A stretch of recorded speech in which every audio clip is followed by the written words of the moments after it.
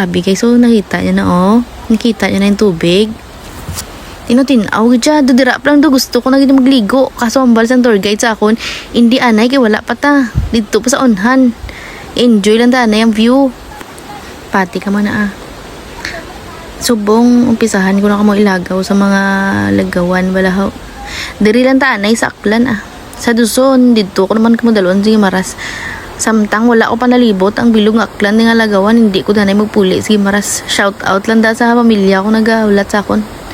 Ulatan nyo ko kay dira man ta mabanding pagkapuli ko. Diri lang ko anay maglagaw usuyon ta di tanan nga mga falls aklan no. Ligat nga kin katuan namon. Ano nga ning alan niya tong falls man? Hawili Falls, Hawili Falls yung katuan na mo ligad, di puga, grabe. Kaya kung tigulang ka nagilipaton kasi mo. Bago lang ko nagalin dito, pero nalipatan ko man. Ang una na mo yung katuan, Hawili Falls. Nami man to guys. Nami man to maligo. Kaling kayo sa pagkadto namon to. Parang timing kay why kami dala ilislan. Paano kami to